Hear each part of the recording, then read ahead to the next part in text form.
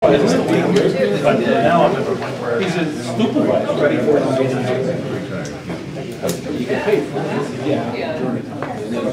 I've got good subject matter.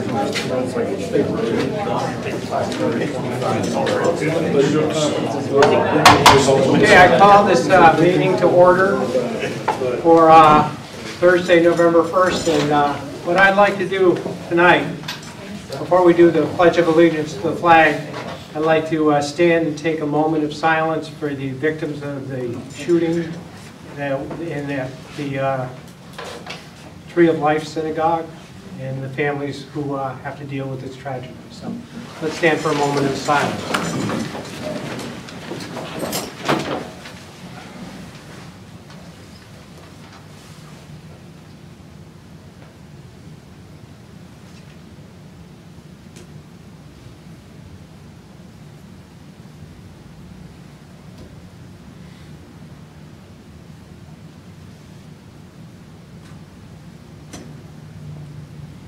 Okay, we'll pledge allegiance to the flag. I pledge allegiance to the flag of the United States of America and to the republic for which it stands, one nation, under God, indivisible, with liberty and justice for all. God bless America.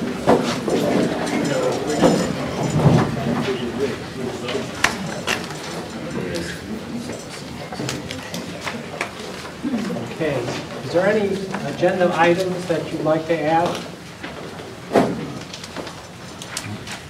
Okay, hearing none. Everyone's here tonight. We have a town meeting, so we're going to stop at 7:30 for our town meeting. We'll have public participation, but first I just want to go over a couple of things about public participation. First of all, I believe in communication. I think communication is a primary factor in the health and growth of a community.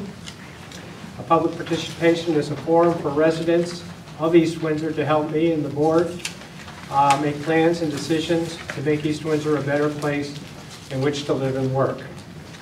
To facilitate the constructive exchange of information, this meeting will follow Robert's rules as the town charter requires. Things to remember about the rules: raise your hand and I will recognize you. When you have the floor, you can speak and you should not be interrupted. When you start to speak, say your name and address, and when you're through speaking, I'll recognize someone else. Okay, public participation, yes. Rebecca Talby, 34 Wright Street. So the 250th Committee has ordered a plaque with the latest news article that was in the paper from the kind of closing of all of these celebration events, and we would like to have it be hung up in the town. I've already talked to Amanda, so she knows about it.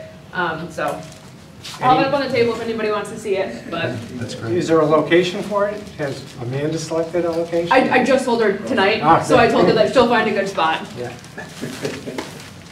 Excellent. Oh, it's beautiful. Thank you. More public participation? Paul. Yeah, Paul Anderson at 89 Main Street. On the agenda tonight, you have John Mazza as a new appointment. Yes. And I'd like to say something about Mr. Mazza.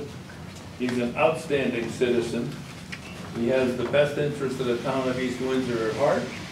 And if you noticed in the Journal-Inquirer tonight, this selectmen's meeting was listed, and you can thank him for following through and making that happen.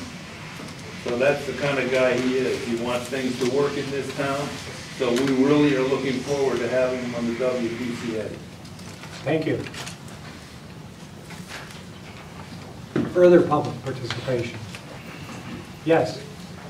Project.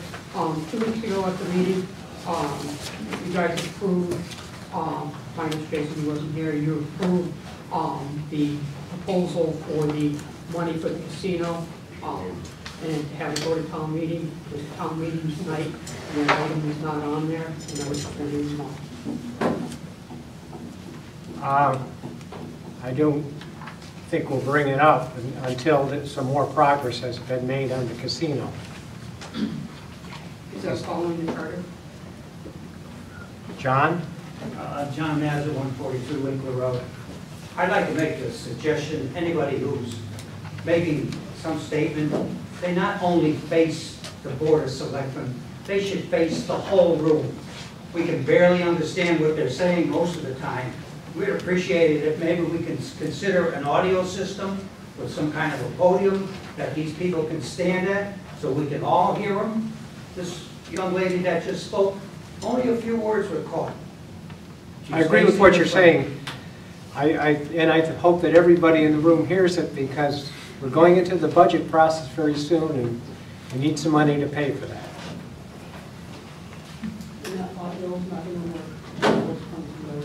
And I think we should be recognized if we're going to speak. And if you want to speak, I wasn't speaking to the group, I was speaking to Mr. Massey. I ask you not to speak to the group in general. We're holding public participation. Further public participation. Is there any further public participation? Bill. Bill Towers, 14 Maple Avenue. There was some discussion last month about the meeting on October 2nd. I FOI'd that information on October 19th, and in my FOI request form, minutes of all selectmen's notes, example, first selectmen's notebooks pertaining to the unannounced meeting that occurred on October 2nd, 2018, Town Hall Meeting Room from 9:30 to 11:30, meeting concerning the annual report. The meeting was reserved by Andy Hoffman. Attendees were Robert Maynard, Charlie Szymanski, Andy Hoffman, Amanda Calvey, and Amy O'Toole. The meeting was referenced at the Board of Selectmen's meeting on October 18th, and I just wanted to look at the documents. On October 19th, I emailed this. Actually, I dropped it off to Amanda. Amanda sent me an email. Hi, Bill. I'm in receipt of your FOI request. I should have the information to you by next week. That was October 19th. October 31st, any update on this request? Nothing. November 1st, any update on this request? Nothing. We talk about communication. There's got to be a sender, a receiver, and a message. And, I'm doing the sending. Thank you. Thank you. Further public participation? Yes. Keith Dagaloff, 125 Depot Street. There was an application of planning and zoning that's still pending for a gravel pit in town, and one of the things they were planning to do was to bring in what appeared to be contaminated soils. I want to thank the members of the selectmen who came out and spoke out against the issues of the contaminated soil. And all of you were involved in some form or another, but I remember specifically Mr. Szymanski, Mr. Dearborn, and First Selectman Maynard spoke out. I spoke out. A lot of the community spoke out, and in fact, they removed their request to bring fill into the town. I think the town spoke up loudly and clearly about the concerns about bringing contaminated soil in. And it shows that if everybody comes together, unifies around these issues, we can have an impact on these sorts of pollution issues particularly. So thank you for you guys for coming out and doing the right thing on that issue. Thank you. Further public participation? Okay, hearing none, we'll move on. We'll go on to approval of minutes. I move to approve the special meeting minutes of October 2nd, 2018. Second. Any discussion? All those in favor? Aye. Excuse me, but who was the second? I'll second. Thank you. Thank you. I move to approve the minutes, regular minutes of October 18th, 2018. Is there a second? Second. Discussion. Jason? There is an omission that I think we all heard from the public about that really ought to be included, and that was the exchange between Bob and Mr. Towers with the pound sand comment.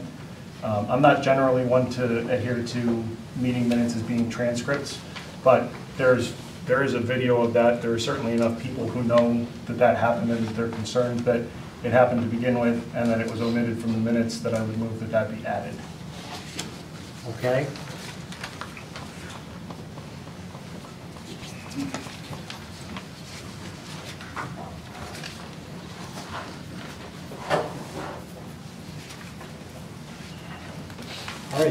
further discussion? Hearing none, all those So in... that's been incorporated? We'll incorporate that in? Yes, we will.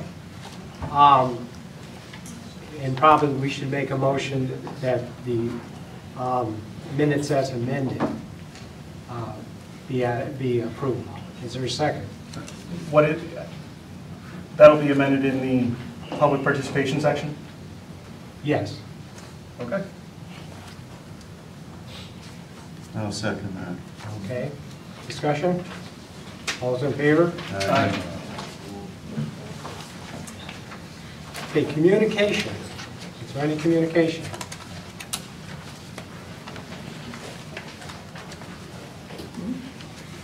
Tonight, I do have some communication.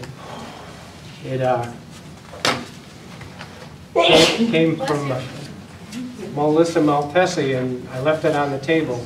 And if you want one, it's also on the bulletin board. It's from the German Club, and it says, Thanksgiving Day dinner, Thursday, November 22nd, 2018, 1 to 4 p.m. No one to spend the holiday with? Come join us. Traditional Thanksgiving dinner. Cost, any monetary donation appreciated, a non-perishable food donation. For reservations, they give you a number to call. So if you know somebody who wants to go to a Thanksgiving dinner, there's one at the German Club.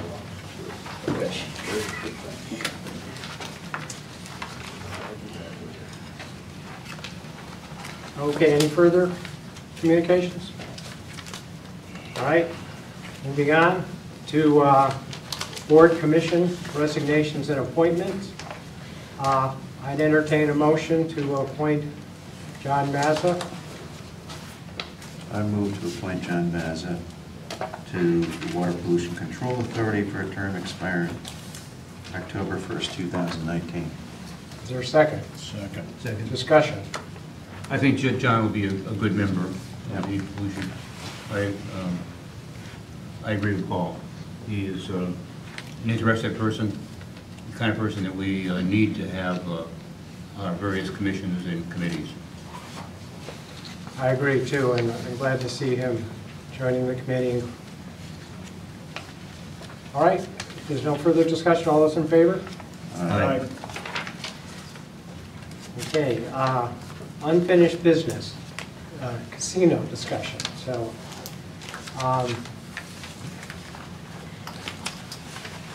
David Capiello is in the back of the room. I'll just say a few words if you don't mind. We'll let you take it away. John Massa did bring up that there wasn't much published in the paper about the casino, and really the residents hadn't heard much. But interestingly enough, in the JI, Anthony published quite a good article the following day. And just to read just the beginning of it, it says, the Mashantucket Pequot tribe asked Wednesday to file an amended civil complaint against the federal government and MGM Reports Global Development, LLC. And so they're moving forward in the federal arena.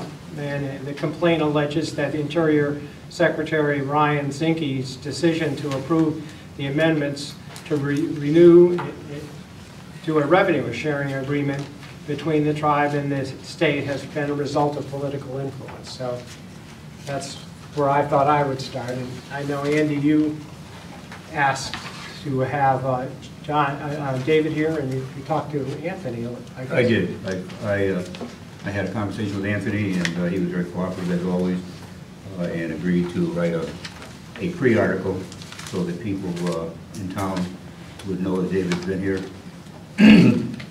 Just wanted to say that David's always cooperative. He is always willing to talk on the phone and give us the latest information that he can.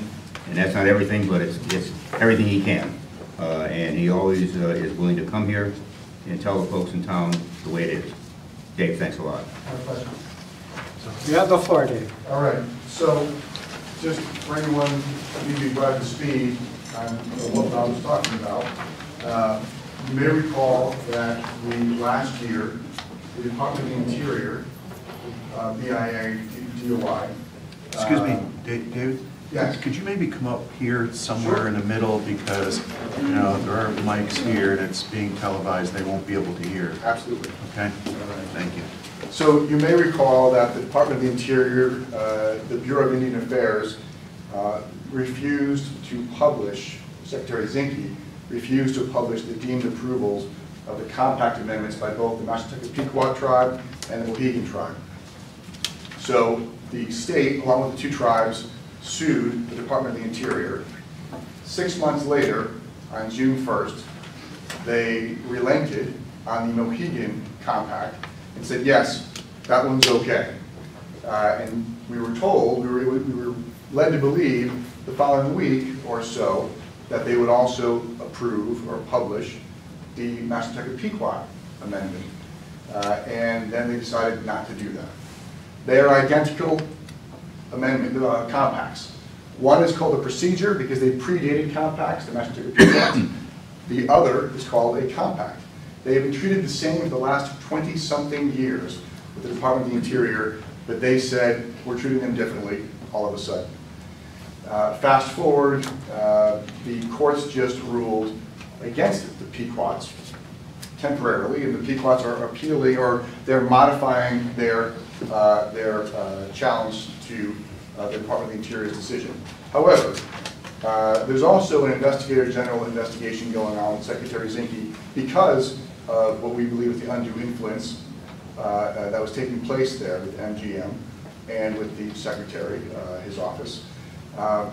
That's one of about 14 or 15 complaints against the Secretary with the Investigator General. Just a couple of weeks ago, he had tried to replace the Investigator General doing all the investigations in his agency, but it was exposed and wasn't able to do that. So just this past week, you may have seen some articles that the Investigator General has referred some of these issues to the Department of Justice, which is a big deal. Now, they keep referring to one of our issue as one of those issues. We don't know which issues they specifically refer to the Department of Justice, but that, like I said, it's a big deal. They're looking into this as well. So only time will tell what comes of those. But I want to be here to tell you also that we still meet, MMCT, the joint venture, still meets on a regular basis. They have invested millions and millions and millions of dollars into this project. They are still financially invested. They are emotionally and personally invested, both tribes, to see this to fruition. So we're still moving forward. We have to deal with this legal issue, and we have different options at our disposal, legally, administratively, legislatively, and we're looking into all of the best options to move forward. So if you have any questions, please feel free. And, yeah, go ahead. So 24 Sullivan Farm Road, are you guys looking into anything on the legislative side about amending the current state law so that there's a way to slip that through? We are looking at all options. I will tell you, we're looking at all options moving forward. I can't get any further than that right now, but obviously there's going to be a new governor elect next week. Either way, there's going to be a new attorney general next week, new legislators, and so we're looking at all options. And I will tell you that there are some legislators who are vehement about making that change to deal with that. And for anyone who doesn't know, initially it was MCT's belief that there was never any need to have an approval from the BIA, because years earlier, when the state wanted to pass Keno, instead of, they just made a deal with the tribes because it was a game that they had exclusivity on, so there was a deal made, and there was never a need to go to the BIA. This was something that popped up, came up through the Attorney General's office, and again, it'll be new Attorney General. We didn't know how they were going to feel about it, but we have a lot of options at our disposal. Yes, sir. Bill Otis, Melrose Road. Is there some question about the Mohegans going ahead with the casino, and that the Pequots going in as a 49% partner? Well, they're going to be partners. But you can't do one or the other. Cannot go it alone because of the exclusivity agreement with the state of Connecticut. So they can't say yes to one tribe, not the other tribe. They're partners. And I will tell you, it's a big deal the fact that they are partnering on this, because they're also competitors. They've been competitors, long before they had casinos, right? but they've been working very well together, and they're intending on sticking together. Otherwise, it blows up the entire compact. Okay, thank you. Yes, sir. Paul Anderson, 89 Main Street. The referral from the Inspector General to the Department of Justice, isn't that public information? It is, but we don't know, I don't think it was published which investigations were referred to the DOJ yet. We just know that there's around 14 or 15 ongoing investigations. In the several articles that were written about the referral, this issue was one of them that was written about. There's also some land deal in Montana that the secretary supposedly had some kind of personal connection with, and a few others. So we have been referring to the article, but I don't think that the person writing the article knows either which issues were being referred. And there's still some ongoing investigations. I mean, it's really one after another after another. Okay, thank you. Dave, Any questions? Go ahead. Dave, is there anything that we as residents, we as a town can do to help? I will say before the next legislative session, we're going to have conversations about how I think you, the Board of Selectmen and residents can be helpful in Hartford. That would be good. Yeah. We do want to help. And we appreciate it. We appreciate it. David, I have a question. Yes. In terms of the two events going on, one regarding the Department of Interior making whatever they're going to do there, as well as something with the legislature here. I know you said they're going at it from all angles. What would be, in your mind, the quickest to have something happen? That would be, in a positive note to say that you can move forward. So, I am not speaking for the entity. I will just tell you, my personal opinion, that legislatively, there are avenues, there's a beginning and an end to the legislative session. Legally, they can get dragged on forever. So, again, I'm not sure what the best angle to take is just yet, but I know that you can have conversations here in the state of Connecticut when you're dealing with legislation, whatever the legislation is. When you're dealing with the courts, who knows how long things take. Yeah. So, Okay. Thanks. yes. Can I speak? Yeah. 10 Rice Road, Frederick, Connecticut, Green Association. I think you were here probably about 5 weeks ago at a selectment meeting, and you had indicated then that you guys were all moving forward, and you specifically indicated that you would be attending the planning meeting that following few days. And then I read in the paper that you asked to have a continuation until March of 2019 on proposals. Was that accurate? Was that not accurate?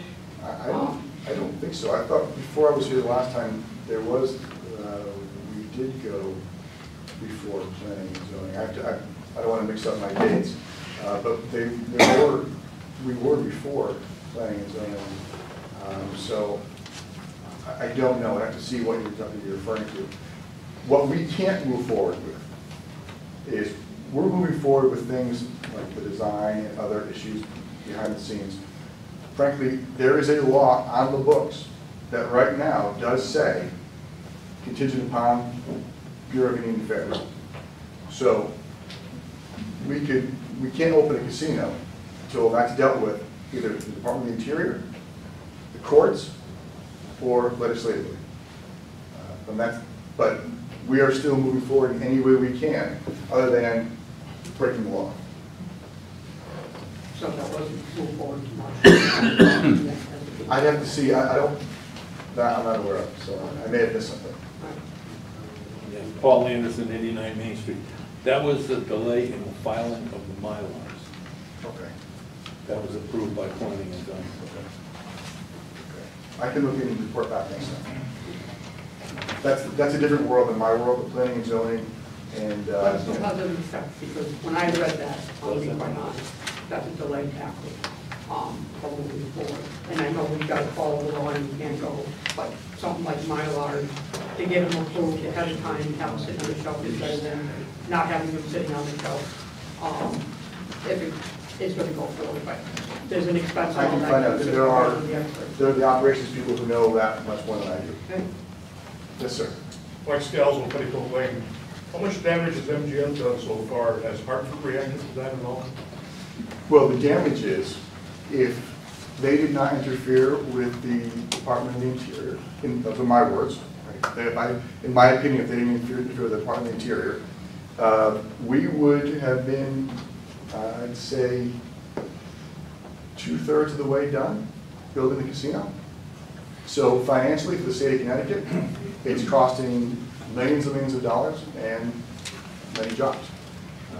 The impact that they are going to have on the slot revenues and other revenues to the state of Connecticut are not minimal. When you're looking at the state budget, we're looking at a $4.5 billion deficit for the next 2 years. Every bit helps, and you want to grow jobs. This is an organization, a company that wants to grow jobs here in Connecticut and fight what's going on in Massachusetts. For a company that did come in and say, we want to go into Connecticut and attack. And their whole model was to take money and revenue out of the state to Massachusetts. We want to fight back, not just for the tribes, but for the state of Connecticut. So clearly there's a financial hit. Sir, last question, because I think you've answered to me personally, but I think important to the people here. The MMCT continues to do engineering drawings. Mm-hmm. That's going forward. Correct. So from that standpoint, the delay will in fact make it possible to move more readily once the approval is given. Once the approval is given. Right. Yeah. So you haven't stopped doing real work? No. I mean, like I said, the entity is in already millions and millions and millions of dollars deep. And they are not looking to just turn their backs. They want to move forward. And the sooner they can get a shovel in the ground, the sooner they can recoup their dollars. Sure. Further questions? Okay, thank you, Dave. Dave, thank you very much. Thank you, my pleasure. Thanks for coming. Anytime. See you next month? Yes. Okay. You're not getting away without me asking that question. Yes. Okay, I think it's a good point to break for our town meeting.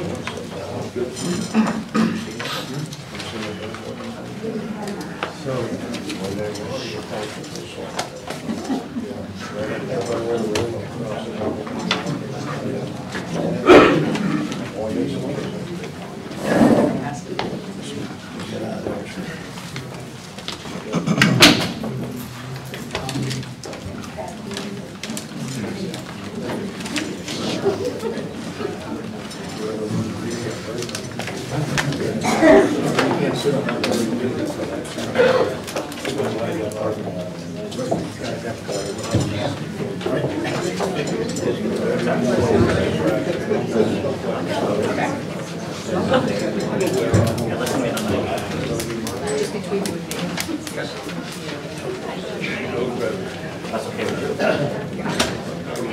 Hey, Mom. Hey, everybody, all right? Stay on your feet.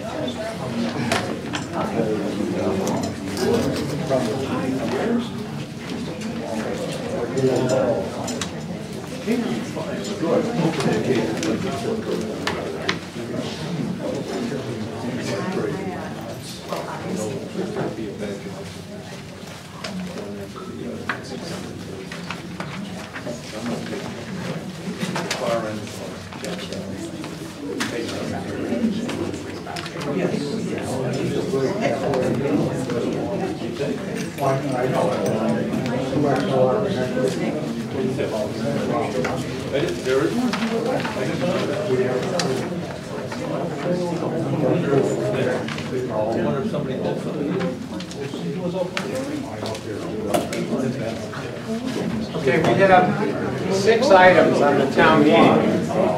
And usually, what we do is ask for people in the audience to make a motion. So, would anybody like an item to consider an ordinance for veterans and spouses of tax benefit? Another ordinance for persons who are blind.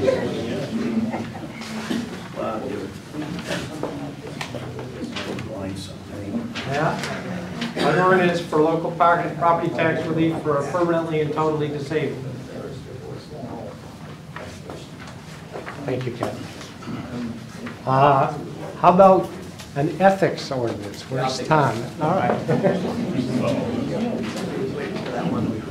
Now we have sale of 2 properties.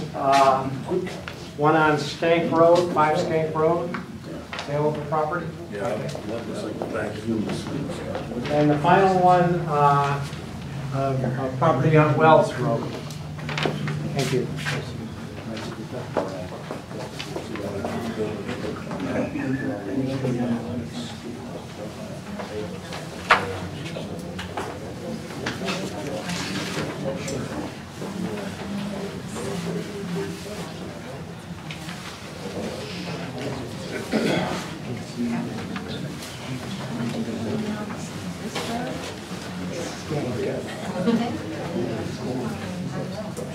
Okay, the first order of business is to elect a moderator.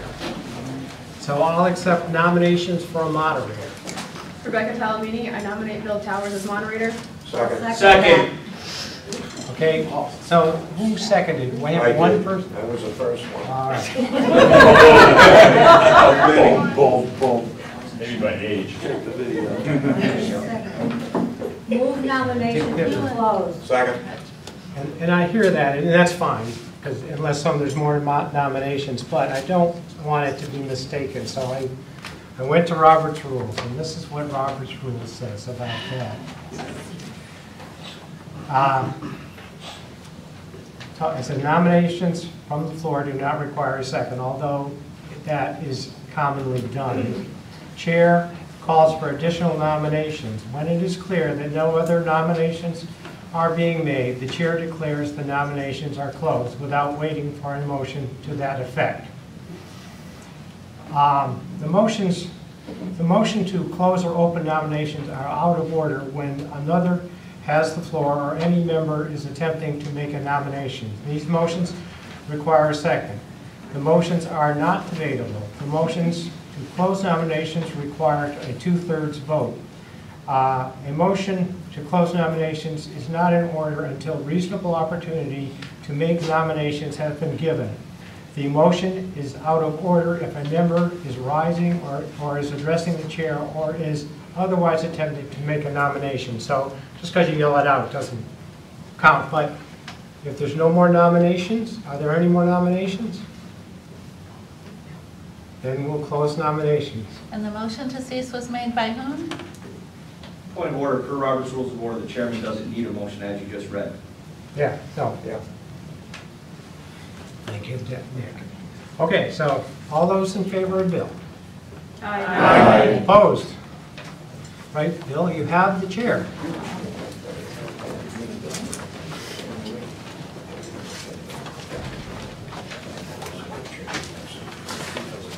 Do you have a voter now? Yes, and I'm going to give you a little coaching. Sit down. Oh, you're all set? This is, nonetheless, I'll tell you, this is what needs to be done. Yep. Okay? And there's the thing you have to read.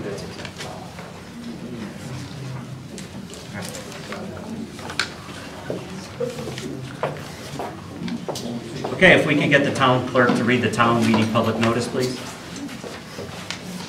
The legal voters of the town of East Windsor are hereby warned that a town meeting will be held at the Town Hall, 11 Rye Street, Broadbrook, Connecticut, on Thursday, November 1st, 2018, at 7:30 p.m. for the following. 1, to consider and approve the ordinance for the additional exemption for veterans or spouses eligible for exemption under Section 12-81 of the Connecticut General Statutes. 2, to consider and approve the ordinance for the additional exemption for persons who are blind and eligible for exemption under Section 12-81 of the Connecticut General Statutes. 3, to consider and approve the ordinance for the local property tax relief for persons permanently and totally disabled. 4, to repeal Code of Ethics Ordinance 06-1 and replace with ordinance to amend the Town of East Windsor Code of Ethics. 5, to consider and approve the sale of .21 acres located at 5 Skank Road, East Windsor, map 3, block 34, lot 64, to Douglas M. Munson for $1 plus legal cost. 6, to consider and approve the sale of .52 acres located at 132 Wells Road, East Windsor, map 95, block 24, lot 54, to James A. White for $3,250, dated at East Windsor, Connecticut, this 25th day of October, 2018. East Windsor Board of Selectmen. Thank you, Kim. Okay, next, moderator is going to read the statement of eligibility to vote. It's from the Connecticut General Statutes, Chapter 90, Section 7-6. Any town meeting other than a regular or special town meeting election, or at any meeting of fire, sewer, or school district, or any other municipal subdivision of any town incorporated by a special act. Any person who is an elector of such town may vote, and any citizen of the United States at the age of 18 years or more, jointly or severally, is liable to the town, district, or subdivision for taxes assessed against him on an assessment of not less than $1,000 on the last completed grand list of such town, district, or subdivision, or who would be so liable if not entitled to an exemption under Connecticut. General Statute Subdivision 17, 19, 22, 23, 25, or 26 of Section 12-81 may vote unless restricted by provisions of any special act relating to such town, district, or subdivision. And that's out of the way. Bill Towers, 14-year plan. Broadbrook. Okay, we're going to bring up the resolutions and the ordinances singly. So I think Mr. Lose, if you could. Bill Lose, Melrose Road. To consider and approve the ordinance for the additional exemption for veterans and spouses eligible for exemption under Section 12-81 of the Connecticut General Statutes. I approve and I move the foregoing declaration be adopted. Second. Any discussion? Jason Bowser, 121 East Road. There are 3 different tax exemption proposals before us tonight. I believe all 3 of them have different exemption amounts. I'm wondering if anyone in the audience can answer why that would be. I can answer that. Oh, go ahead. No, go ahead, Bob. I was going to say what was said at your meeting. Right? Yeah, well, there's one exemption, they're set by state statute. One was for $1,000, one is for $2,000, and those are non-debatable. That's what the town can offer. The third one is an exemption that is flexible, and the prior, and the reason we're doing these ordinances is because there were no ordinances before. A resolution was passed by the board, but that's really not sufficient to tax people on. You need an ordinance, which is like a law.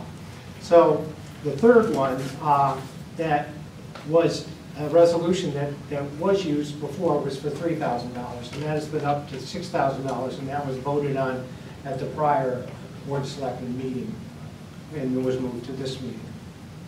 Thank you. Facade 24 Sullivan Farm Road, what is exactly is the exemption? I know the status of, or how much is this exemption for veterans? I'm not sure, I don't have it in front of me, I'm not sure which is the exact. 6,000 for property taxes? Up to 6,000, doesn't necessarily it's going to be 6,000, it's up to 6,000. Correct me if I'm wrong. That's in the reduction of an assessment, so it's not. It's not a straight line.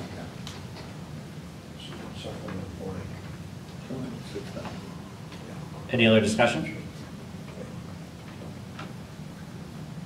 Motion to discuss. Motion. That's Nick McSally. Second. Made and seconded, just call for vote. Call for vote. All those in favor? Aye. All those opposed? All right.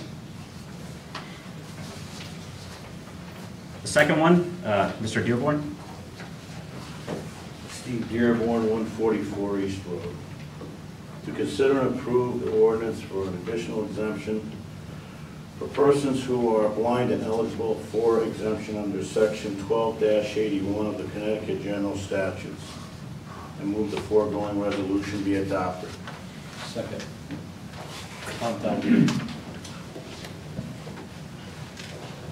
All those in favor? Or discussion? Discussion. Sorry, discussion? All those in favor? Aye. Opposed? Number 3. Kathy? Kathy Simonelli, 71 Depot Street. To consider and approve the ordinance for the local property tax relief for persons permanently and totally disabled. I move the foregoing resolution be adopted. Second. Second. Discussion? Sarah Muska, 25 Maple Avenue.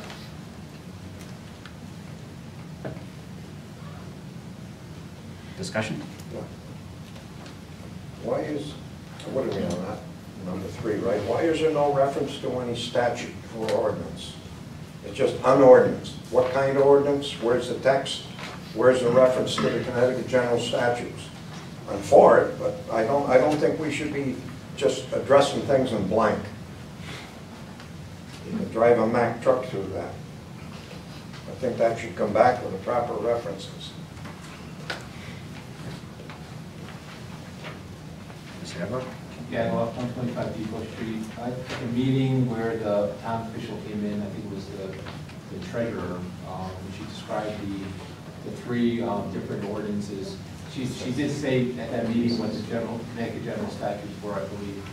And I think the issue was that these ordinances need to be adopted because they need to be reflected in the tax bill. Because of the delays in the adoption of the ordinances. There was an error previously where they weren't adopted as ordinances, they were passed as resolutions, which delayed the implementation.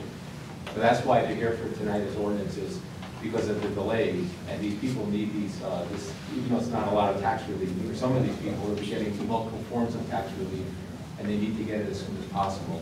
So I would say that we expect, all of us expect that the ordinance will have the Connecticut General Statute properly referenced in it, but I don't think we should delay tonight on the vote because it's going to mean a delay in the money to these people that need it. Mr. Maynard? I think the ordinance are there, so what I... Take a check.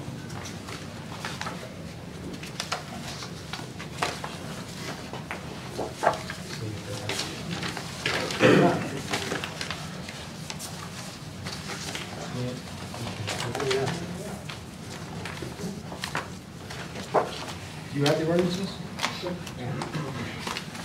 So, is there any particular ordinance you're referring to? It's this one. Yeah, the third one. Total person is permanently or totally disabled. Okay.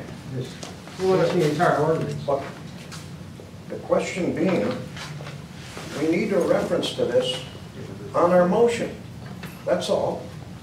There is an Dick, ordinance. if you want to pass that to me, I'll see if it references a statute, and I'll amend my motion to include that. It is 12-81. Well, then we need to amend So if you give me question that, 3 to add 1281. I'll be happy to do that as the person who made the motion if you forward it Yes, over I here. would. Okay. That's all. We have to withdraw the motion? I will withdraw my original motion. And I will, let me get this right. I want to make sure I get all the right sections. Okay. Yes. I want to. Okay. To consider and approve the ordinance for the local property tax relief for persons permanently and totally disabled, as Connecticut General Statutes 12-81I authorizes municipalities to provide that property tax relief, and those meeting the eligibility requirements set forth in Connecticut General Statutes 12-8155. I'll second that. I move the foregoing resolution be adopted. I'll second that. Any more discussion? No discussion? All those in favor? Aye. Opposed? All right. Number 4, ethics. Make a motion to repeal Nick McSod, 24 Sullivan Farm Road. I make a motion to repeal the Code of Ethics Ordinance 06-1 and replace it with ordinance to amend the Town of East Windsor Code of Ethics. I move the foregoing resolution be adopted. Second, Sarah Muska, 25 Maple Avenue. Any discussion? Yeah, I got a question. If we approve this as worded, we have no code of ethics whatsoever. We do not have a substitute ordinance in place or proposed. We just got, we're basically killing our ethics ordinance, and there's nothing to replace it. The adoption of this motion, I am led to understand, is to adopt the actual amended ethics code, which is printed out, if I'm not mistaken. Where's your amendments? Is that correct? That's correct. They're going to replace with an ordinance to amend. Which matches the Code state, of Ethics. which matches the state code of ethics, correct? Yeah. But you're replacing something with nothing. No. Motion. No. Replace with an ordinance to amend. Tom Burnham, 30 East Stoughton Road. Basically, we had some issues that brought up a lot of shortcomings out of the current code we had. And with help from both Joshua Hawks-Lads and Attorney Sherman, we revamped and really streamlined and made a clearer, more concise code. We're really tied by what the state allows for an ethics code, but we wanted to make sure it was clearer and it followed the law. We had some issues with the last one that really were sketchy. So we're keeping the same ordinance in order to not have to rewrite an entire ordinance and have a lot more legal fees. Having that overlooked, we chose to amend what we had and save the legal fees and save the ordinance number and save a lot of that. I do believe that at some point that new ordinance was published, because I did read it somewhere. Should be published right here on the call. Yeah, probably should be published We're on interested in the this meeting. blank. Big cup on an ordinance tomorrow morning for anything. I think this is wrong. Do we have a copy of it, one word, do we have a copy of it on the table up there? No. And by the way, what Mr. Burnham said is correct, as I attended a lot of meetings. But we need that published. We do have a copy of it up here. It isn't in the legal notice, Bill. Yeah. Okay. Unless somebody wants to read it all into the record.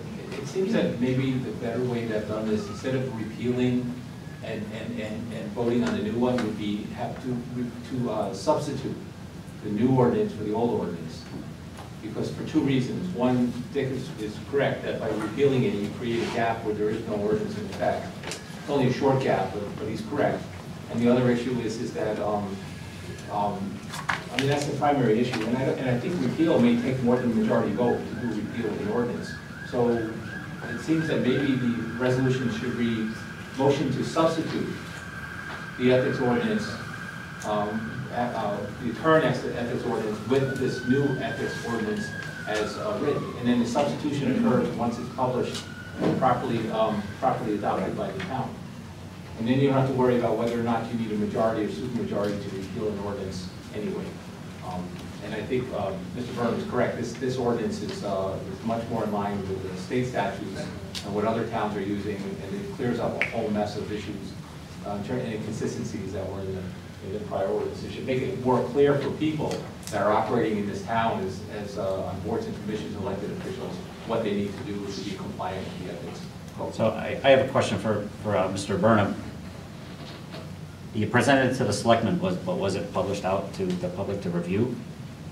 It was presented to the selectmen, it was submitted to the attorney for approval, and then it was presented and read during a town meeting. The entire?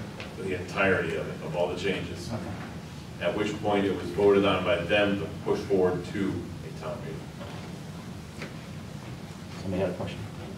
Mr. Bowser? Jason Bowser, 121 East Road. I'm not sure if this carries any weight or not, but it was also included in meeting minutes from the selectmen's meeting. Mr. McSada.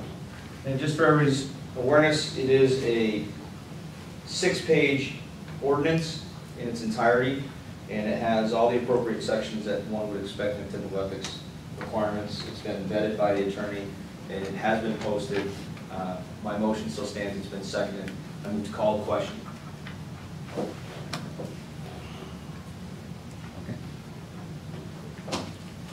All those in favor?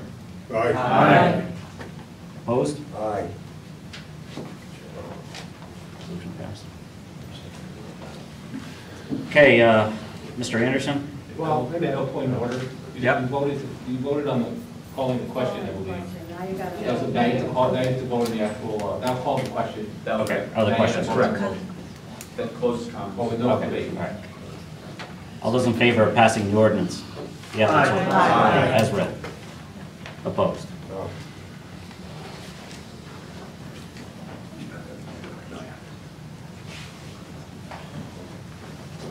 Mr. Anderson? Okay. Paul Anderson, 89 Main Street. To consider and approve the sale of 0.21 acres located at 5 Skank Road, East Windsor, map block lot 003-34064 to Douglas M. Munson for $1 plus legal cost. I move the foregoing resolution be adopted. Second. Discussion? All those in favor of the proposed resolution? Aye. Aye. Opposed. I'm not opposed. Proposed. Oh. You have to- You have to ask if anybody's opposed. Is anybody opposed? Thanks. Rebecca? All right, Rebecca Talamini, 34 Rye Street, to consider and approve the sale of 0.52 acres located on 132 Wells Road, East Windsor, map block lot 095-24-056 to James A. White for $3,250. I move the foregoing resolution be adopted. Second. Any discussion? Rick Lavorian, 16 Church Street. Could anyone explain the reason for the sale? Yeah, I actually, the tax collector's here, she can explain it, but I'll put it up on the board, what property we're talking about.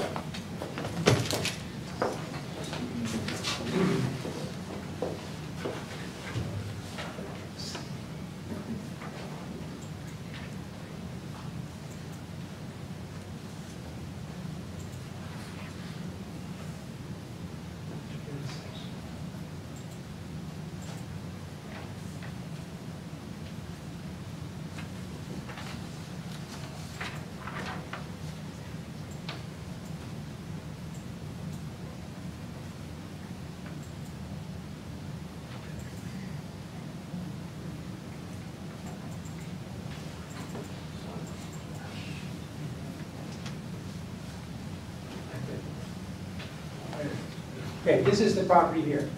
This is Wells Road. This is the piece of property, and the person who's buying is right here. This piece of property was foreclosed in 2009. We had a person about 6 months ago offer $5,000 for that piece of property if he could build on it. And it's not a buildable lot. And we asked him for $6,500, we upped it. And he said if it perks, he would buy it. It doesn't perk, so you can't build on that. So it's just a wetlands. And this neighbor wants to buy it just as a buffer. Be good to get rid of it. And so that's basically mine. I don't know if I don't Patty's know in much more to there. add. It was purchased in a foreclosure way back in 2009, and the town's owned it for quite a few years. So we might as well sell it and get it back on the rolls and get taxes for it. Thank you, that answers my question. So there's currently no building of any kind on that No, land? you can't build on that property. So. Any other discussion? All those in favor? Aye. Opposed?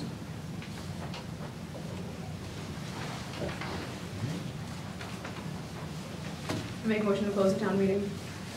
Second. Motion to adjourn. All those in favor? Aye. Thanks, Bill. Good job. Good job. Thank you. Good job.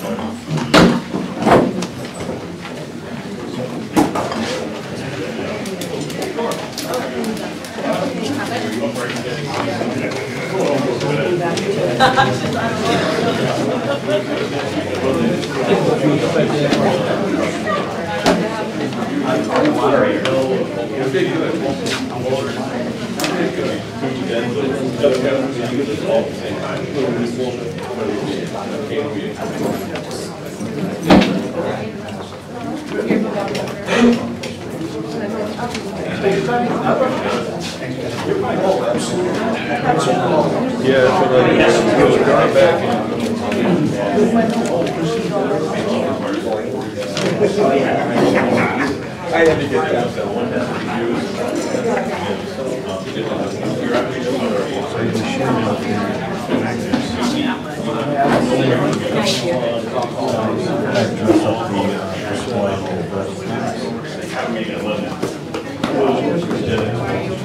I'm great.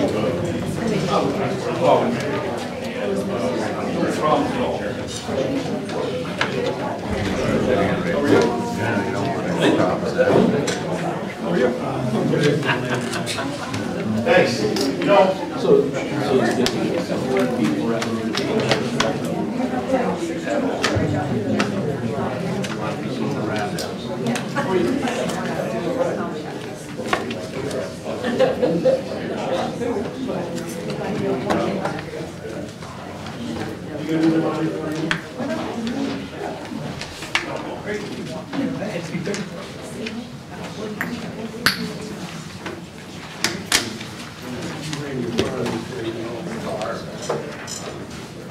Okay, I move to reconvene the meeting. Is there a second? Second. Discussion? All those in favor? Aye. Okay, we'll pick up on agenda item 9B, discussion of charter revision questionnaire.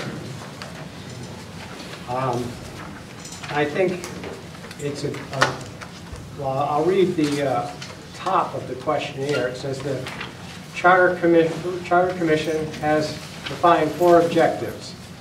Areas of improvement of the East Windsor Town Charter. 1, improve structure and efficiency. 2, improve voter participation in town decisions. 3, improve transparency and communication. 4, improve checks and balances.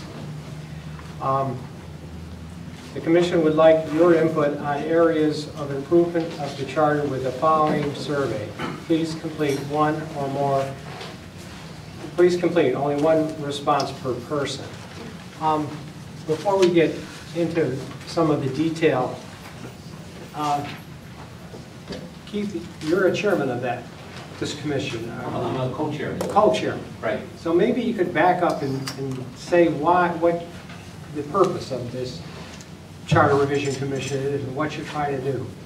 Well, the state statutes require that every town that has a charter does a review, periodic review over every number of years. I think it's 7 years. Or John knows better than I do about the state statute. So we convened a committee that was a pre-committee, and that pre-committee came up with some concepts that were presented to the Board of Selectmen.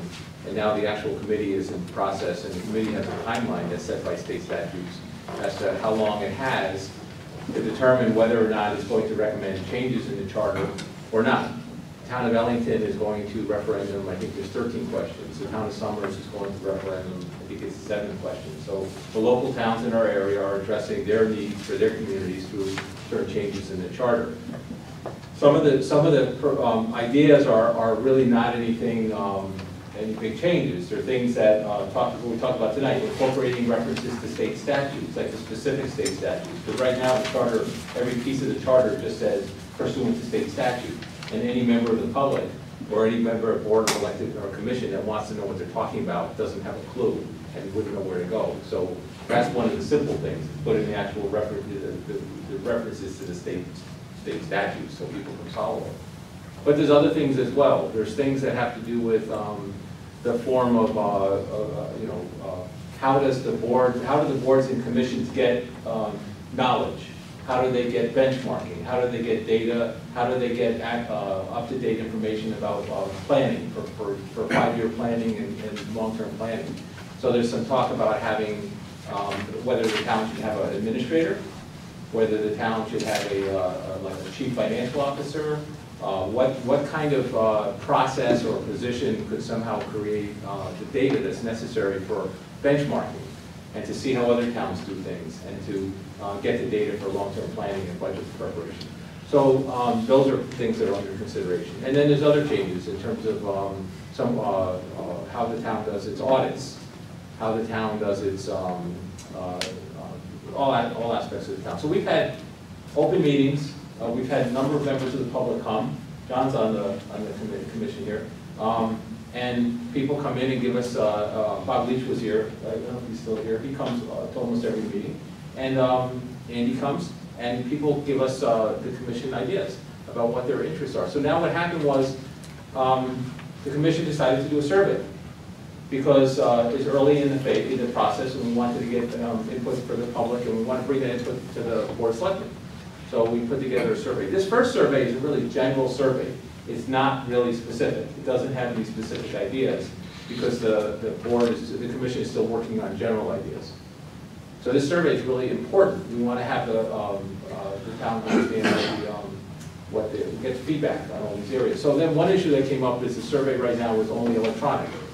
Are you considering tonight the Yes, we are. And I think you've done what I've asked you to do. It's just I wanted to back up and not get into the details.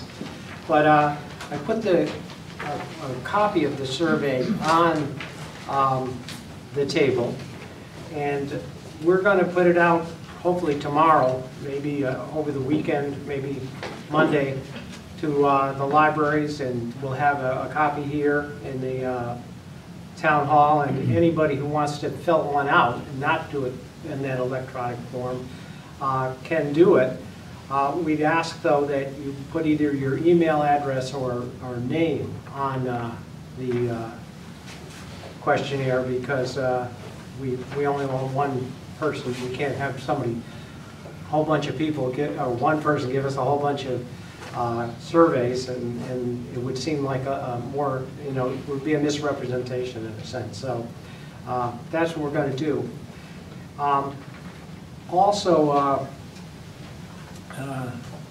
I put out on the table my answers, and let me say that I did it in a day. I haven't really gone back and looked at them, and probably if I did it, I'd change some of them, but that's what you do, And I saw that Jason online put out his answers, so maybe we can put them up both on the table and compare them sometime, Jason. I'd be interested to do that. I think what we're trying to do, and I'm trying to help in a sense, and help for the town, because it's a time when we can, as a town, look at the charter and improve it in ways we can. And the charter committee doesn't have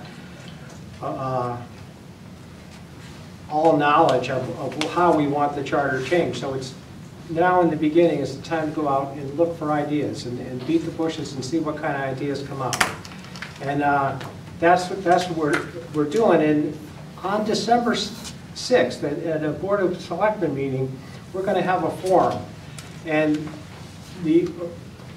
so anybody who's invited, the whole town's invited, and if we can't fit in this room, we'll go across the street to the elementary school and we'll talk about this charter. So we're looking for input, and the committee's looking for input. And I think in this it says they want this questionnaire filled out by November 20th. So that'll give them time to analyze what's in there, and we can talk about that in the forum.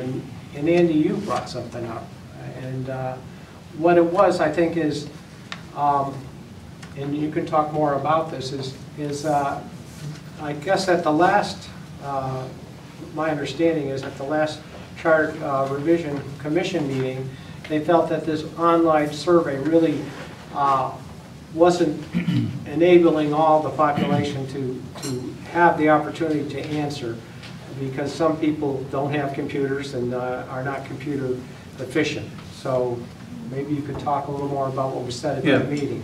At the last meeting, there was a lengthy discussion on how best to get out to a large number of people who have an important input to this. And so the discussion centered around how do we mass mail to the population of the town. My contribution was that it is not inexpensive to do something like that, but the commission settled on a dollar value of about $1,800 that they thought they could mail them out to the general public. That's probably about 6,000 or so mailings, and they did it probably better than we did in the 250th anniversary. We made envelopes and all that kind of thing. What they thought they would do was just simply put this in the mail with an address for each person, each family in town,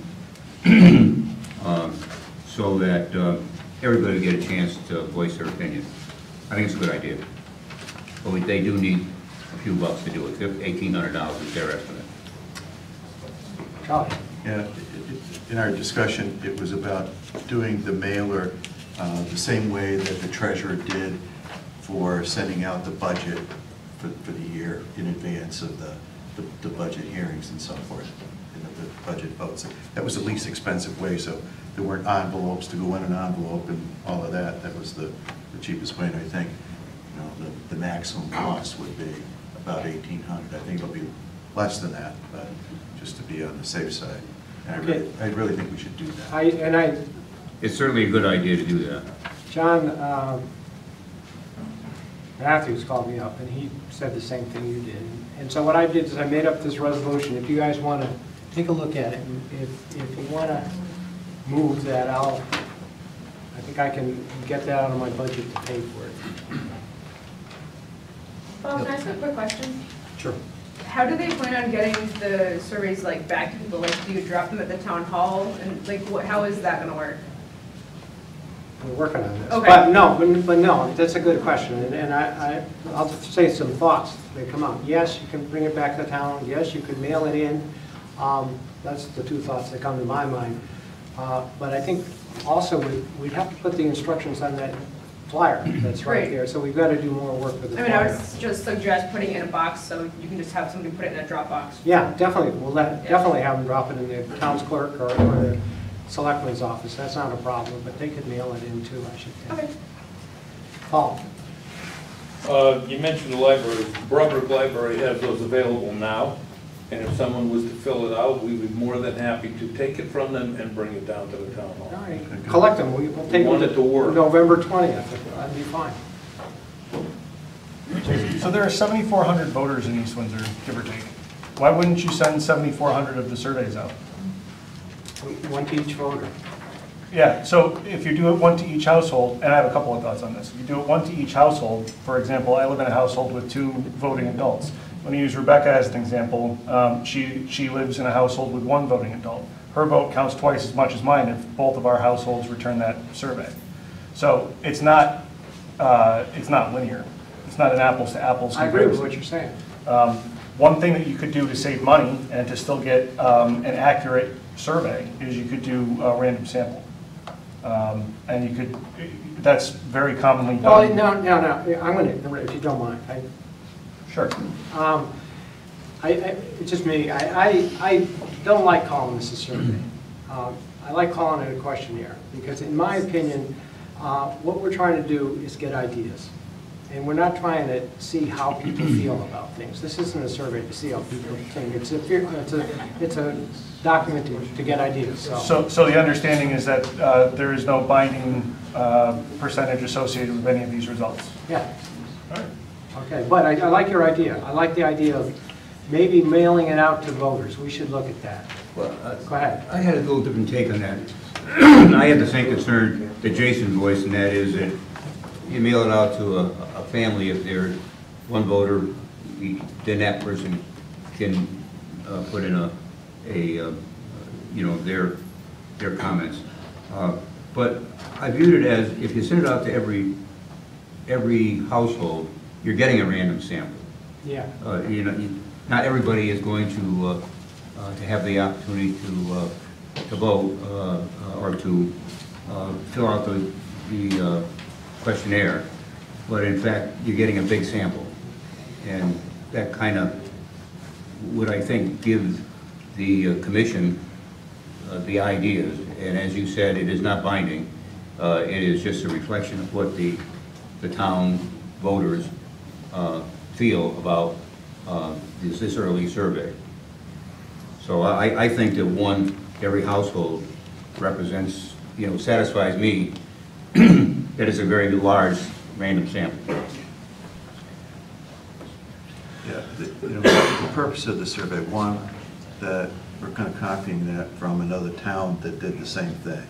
They did a survey, they did it online, and on the committee, we're looking for directionally what is the town want to do.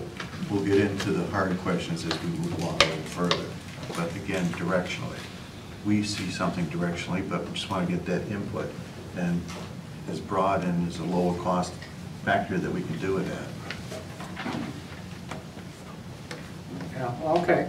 Maybe if we send it to every household, we could say, and I know there's been talk about getting it back. We can have some kind of you could flip over your mailer and put it in the mail and it would come back. That might be a way to do it, but we could also say that for every person in the household, they could fill out the questionnaire in pencil and put a new name on it. But we're working on the details. So first we got to pass the resolution there, the motion. Jason? Bill, do you have a comment? Bill, do you want to say something? Oh, okay. Oh, you did? No. Shall I read it? Well, yeah. Just Jason, you want to add anything? Yeah, so in terms of the word choices and the selections that were used, what efforts were taken to remove subjectivity from the questions? For example, some of them offer kind of predetermined answers, whereas others are completely open-ended, fill in the blank kind of a thing. What determination was used in determining, or what logic was used in making the determination as to which questions would be fillable versus pre-selected? I have not attended any of the meetings. I kind of asked the same question. And my understanding, you are part of you've been there more. My understanding was that, as Charlie mentioned, there was this survey, that came from another town, and it was very similar to that. And so they kind of took that survey and changed it to fit our town a little bit. But I think it could be better, and maybe we got to get input fairly soon, and maybe that was one of the reasons why they just took what they had and put it out there. I don't know if there'll be an opportunity to have I would like just more general questions and looking for ideas. We're expecting to do another one that would be more finite, but this is, again, directionally, but maybe Keith, you want to comment on that? It's okay, Bob? Sure. Rachel Stafford, who is one of our members, one of the new people in town, is really volunteering on the boards and commissions. They're putting a lot of energy into things. She went out and found the town of North Stonington had done something very similar. And they had a whole, not only did they have their questionnaire survey, but they had a whole document, a lengthy document describing what they did and why they did it and how they were trying to achieve certain results. So the only thing that's changed for us is that the questions were, some things were irrelevant because it had to do with North Stonington, they were removed, and some of the questions were simplified. There was nothing done to these questions to adjust it for what the commission was working on. So to that question about whether it's subjective or not, it may have been, there may be subjectivity from when North Stonington produced it, We thought the questions were pretty neutral. They're trying to steer people to give us ideas, not steer them into a particular result. They're mostly questions that ask for input. So, so we didn't have any meetings where we massaged, the committee didn't massage this to try to fit the goals. It was just simply Rachel's survey that she, and it was supposed to be something really simple at first, Bob. It wasn't supposed to take on a life of its own. And fortunately, it's become something very important to the community, and that's the reason why the committee felt it's important to make sure everyone, including people that don't have computers, has a right to participate. This originally was supposed to be something really simple so that we can get some initial feedback, and it's become something larger. Now that it's something larger, we just want to make sure everybody gets to participate and no one feels left out. And then, Bob, as you said, there'll be another one down the road that's going to have specific questions after we do the survey and after the commission has begun to formulate its work, specific questions about how do you feel about X or Y or Z, and then we'll get some real detailed feedback from the community about some real ideas. This is more general. So Jason, I'm not sure how you're reading the subjectivity part of it, but it didn't come from the commission. It may have come from North Stonington. Well, just repeating somebody else's mistake doesn't make it not a mistake. We didn't think it was a mistake. We thought it was actually a really good survey. And Rachel brought it to us, and we looked it over, and we thought it met our needs for what we're trying to do for the community. We're not seeing the questions as a mistake. Now, if the answers come back and people are confused, or people are upset, or people have an issue with questions, then that will be telling, and you might be right. But right now, it's supposed to get us feedback on helping to. I think Charlie said, help us set the course, set the compass, rather than put specific ideas into stone.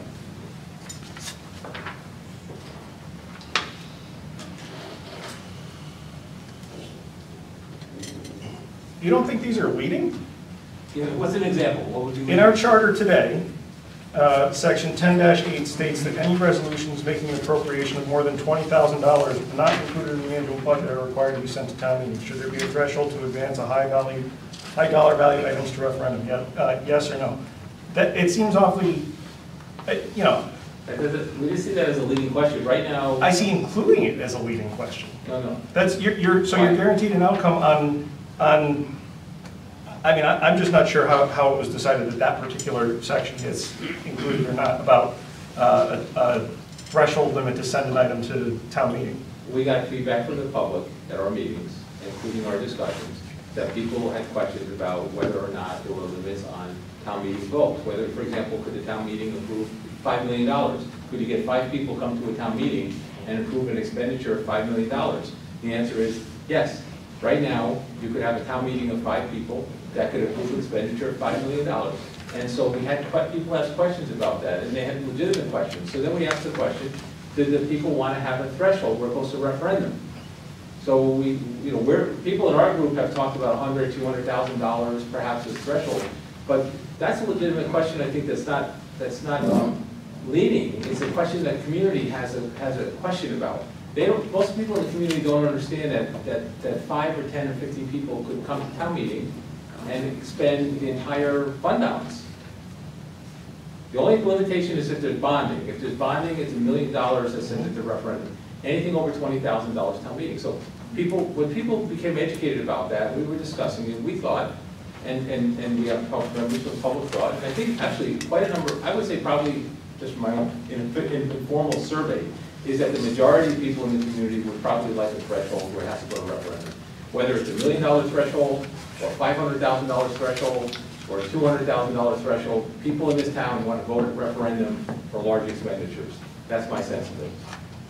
It's on the questionnaire. If people come back and they say they don't want it, they don't care, that says to me that I'm wrong. But I don't see it as being leading. So you might be right from your perspective, but don't you want to know what people think about whether or not voting should go to referendum for large expenditures or not, as part of it, and that because it would tie into the charter. I put all of my answers out in the universe for everybody to see. I haven't read it yet, but I mean, so that would be a change in the charter potentially, where it would say that expenditures above, say, $500,000 cannot be approved at town meeting, must go to referendum. That would be a potential change that I think perhaps people in this community would want, maybe I'm wrong, but I think that they might want to cap to send it to referendum. That's why it's there. Okay, is there any further discussion? So I pulled up, I tried to do it on my iPad, but it wasn't working. I pulled up surveymonkey.com, which has a margin of error calculator. And for a population of 11,200 with a confidence level of 95%, if you got a response from 400 people, you'd have a margin of error of 5%. That's right in line with what you see in a presidential campaign. That's also the sample size you see in a presidential campaign and some of the not as good polls. Generally speaking, I don't think we need to spend $1,800 twice in order to get a sense of this. I think a random sample is sufficient, and I think it's supported by appropriate methodology. Okay. Right, tell, we'll spend it once. Tom. I just have one comment, Bob, that at the 250, we did spend a lot of money on a mailer. We spent over $2,000, and we were very, very disappointed what we got back. Just for food for thought. I mean, It costs a lot of money. It costs a lot of money. I bet we didn't get more than 100 response back. So, and I can tell you right now, in my household, there's 2 people in our household, and we both fill out the survey. So there would be a waste of one mailer already. You don't get one. Yeah, that's fine. I can't go along with what Tom is saying, especially for the initial, the mailer, to send a mailer to everybody in town. If anybody is really concerned, they're either going to get on their computer or they're going to pick up one of these forms, which are going to be available all over town, and get their comments to the committee so that they can formulate something. To spend the money right now for a mailer, I think you're way ahead of the game because they haven't really proposed anything yet. They haven't really got anything concrete. They're still out fishing a little bit. Get some nibbles. I think you're right to send a mailer out to the whole town, but when you've got something to really discuss, I think the process, you've got it right now, the way you're doing it, is just exactly right.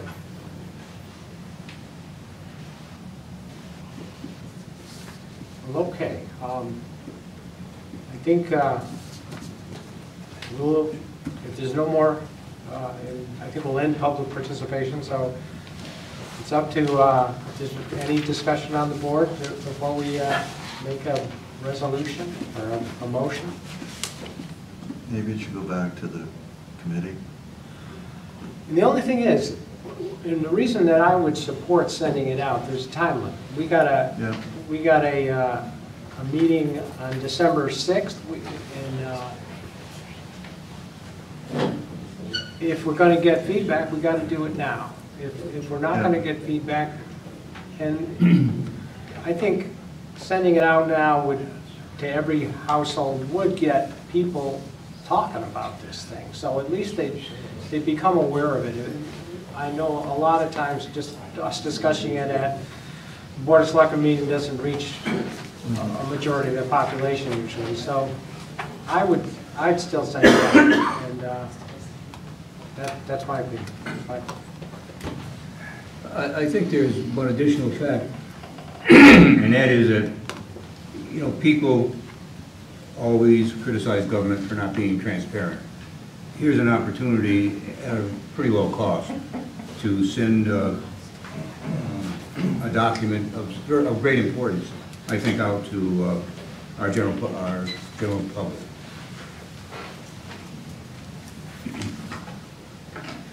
Okay, further discussion? Okay, you're on the committee.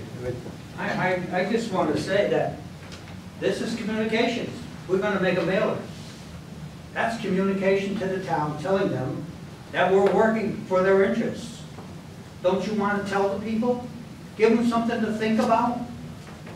All we're doing is making something so you give us a suggestion of what you want. Communications is important. You're getting them to think now.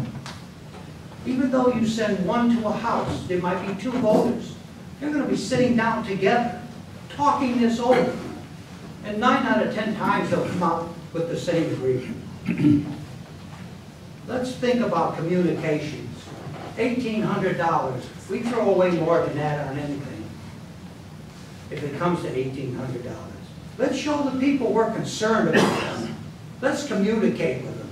Tell them what we're doing. Don't keep this a secret. We'll even talk to the town. The people will be talking about this all through the town once you put a mailer out. Okay. Any further discussion of the board members? Andy, you want to read that? We'll Yep. take a vote. I move to authorize the first selectman to fund up to $1,800 from the selectman's budget to mail one charter revision questionnaire, parentheses survey, to each East Windsor household. Is there a second? I'll second that. Okay, all those in favor? Aye. Okay, are those opposed? Nope. Okay, Naturally. motion passes. All right, further discussion on the questionnaire. Okay. Beautification Committee.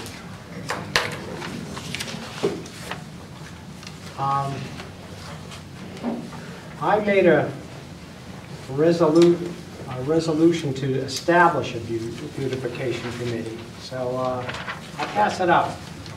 You guys read it, and you don't have. And then, if you think you want to make that resolution, then we can. If you don't want to make it, I got a couple more. Let's pass them down to Mark and Peggy.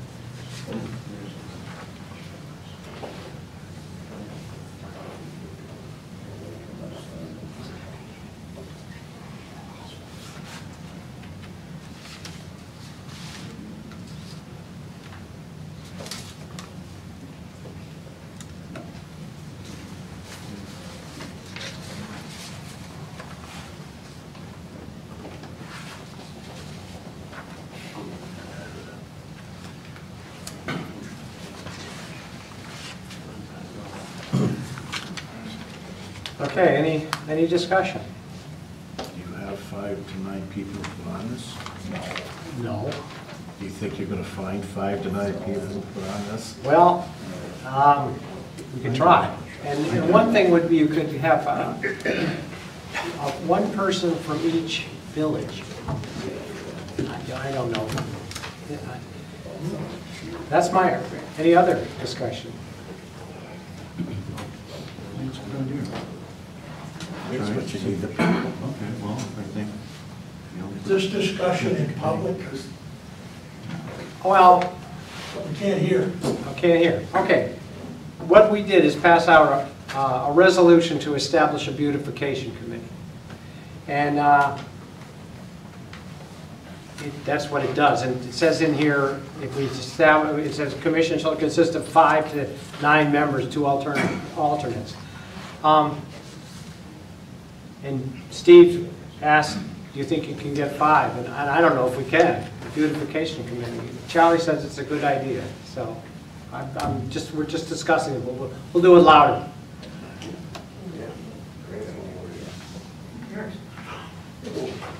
You think we should create this temporary beautification committee or not? You say you do. And what do you think? It's all right if you can get the people to go on it. No, we don't. well, I think, didn't you say that the people from, somebody from the Garden Club was interested in it? Yes, the garden club does think this is a good idea. They're losing members, and a lot of the members aren't able to do what they used to do, and they thought maybe this would help get members to the garden club, and there might be some crossover, so some ideas come up. But maybe if and Steve's right, we need to get people. Without people, the committees are not going to work. So would there be assistance from from our town department? Well, I think the committee should meet and decide what they're going to do. I imagine they would have plans and at least could put out ideas and say, this needs to be done. It would be a way to generate ideas. Would Lynn Norton and his people be able to help the execution? Well, Lynn, you know, that's up to the budget. They do a lot of work now. They do plow the streets and they mow the lawns. That's why I asked. So I don't know if they have any available time. They're not, so I don't know. So what are we gonna beautify? East Windsor. How? Well, are we talking about town buildings? Islands owned by the town? We're going to let them come to us and tell us how they think they can beautify the town. I can talk to this a little bit about that. Ellington has such a committee. And if you look around town, there's a lot of things that we're amiss on that, you know, thinking that the town highway department is gonna see this and fix it and so forth. I don't think it's anything specific. You see in some towns, they have the hanging baskets on the poles as you're driving through town with the flowers. And, you know, things aren't tens of thousands of dollars. But if you drive through this town, drive through Ellington, drive through Summers, you know, they're just way ahead of us in what parts of the town look like. And it's just the lack of people that have that skill to focus on some of these things. And, you know, they could come up with things that Public Works just, that's not in their toolbox to think through that stuff. But to have a committee that has that interest, I think we'll come up with some things that will be attractive to people coming to town and saying that, oh, this is you know, it's about the curb appeal. If you go to the Five Corners in Ellington, how they made that intersection, but it was the Beautification Committee that did the flowers and kind of how all of that looks, and they do it in the center of town and in different parts of the town up by Crystal Lake, because that's their thing. And I think if we don't try something, we're going to stay just as we are. Yeah, it doesn't cost any money to form the committee, really. No? Yeah, but once you get it done, and they come in and say, okay, I need a few $1,000s to fix that nice and fix that nice, we better be ready to give it to them. You're not beat around the bush here with these people if they go to all that trouble. I don't know. If you're going to form this, you better be ready to spend some money to buy flowers and the planters and whatever else, or don't even bother with it. All right, it's going to cost money. Making things pretty costs money. But we should be doing that to attract people to the town. Well, I'm not against it. You know, but be ready to spend some money. Yeah. You know, if you, how should I put this? I think making the town look better is a good idea. Well, sure. I think we have to also recognize what Steve's saying and decide we're going to come up with something between probably $5,000 and $10,000 to maintain the flower beds. I recognize it was volunteers doing it, but you gotta buy flowers, which is a pretty good size expense probably. In addition to that, there'll be a need for mulch and other stuff. So we have to recognize that there'll be some sort of budget, which they'll tell us what they need. We have to come up with to support the activity. But I think it's a good idea. But it's not just flowers and, you know, we lack really nice signage in town Oh, yeah. for the different. That's why I say they need a budget. There's a lot of things. There's a lot of things, so it's not tied to just one thing, you know, and how do you prioritize them? And I think that committee could do it, and they come to the Board of Selectmen. say this is what we think should be something we should look at. And it doesn't have to happen all tomorrow. Yeah. It can be done, you know, on an iterative basis. And I think that if it works out well in 18 months, we're going to want to make it a permanent committee to keep it going. But in 18 months is a good experiment. Okay, further discussion? Why don't we, it sounds like we will create this committee, so if somebody wants to read this motion, then we can, if it's seconded, we'll talk about it and vote on it.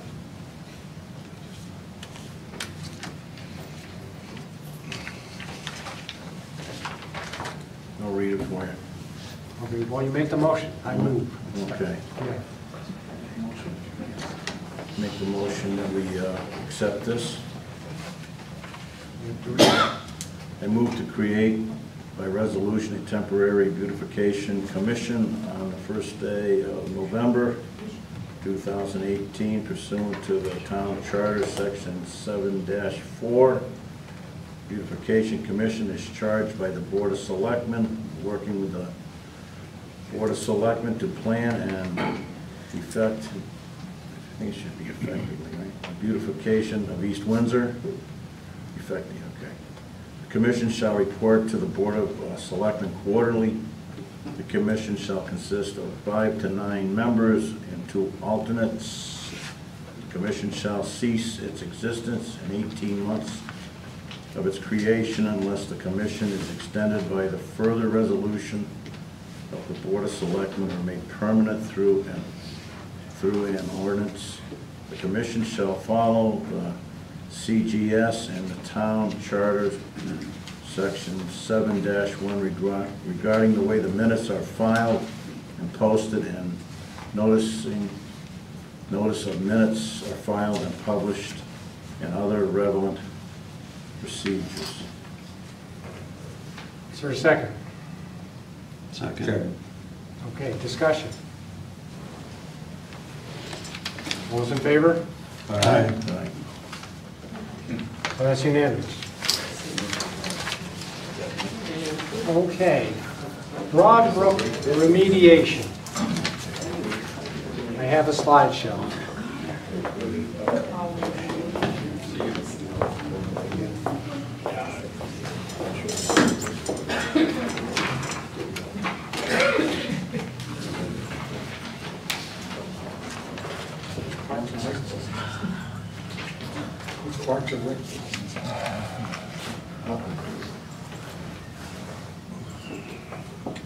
Okay,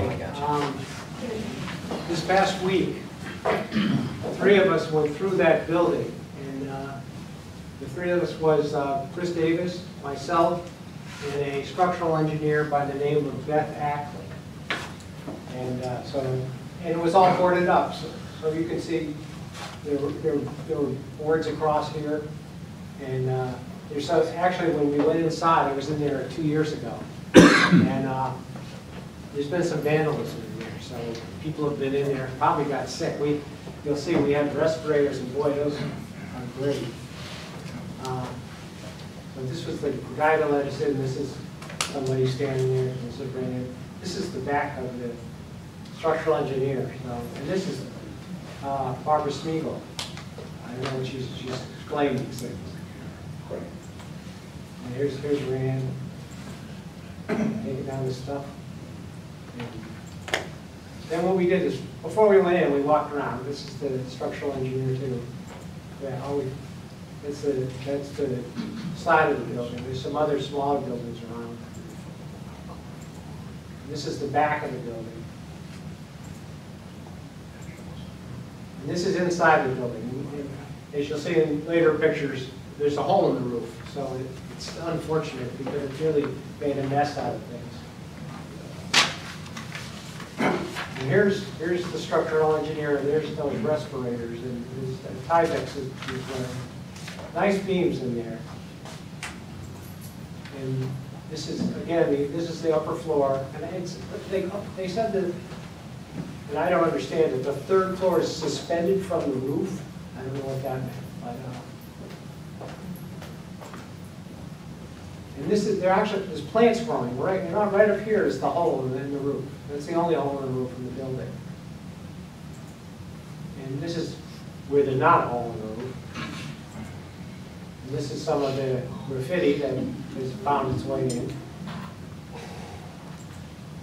And now we're going down to the lower floors. You can see there's really good beams, really good wood. And this is another hole in the roof, back up to that one area. And again, good solid floors, beams. And tried to get a picture of this because this showed the thickness of the floor. I guess it's about 3 inches thick, that the wood that is on those floors. Rand Stanley said if you strip the building, the interior out, you could do anything with that building. He said it would take an hour to burn from one floor to the next because of the thickness of the boards. And this is the basement. The basement has not brick, but stone. And this is mold. This is the electrical system when it was condos. And the mold that's the worst thing. That's what really, you have to take all that mold out. That would be costly. It probably cost, I don't know. Rand said $400,000 to get rid of all that mold. Once you did it, you have a pretty good building. So that's my show. I'm sticking to it.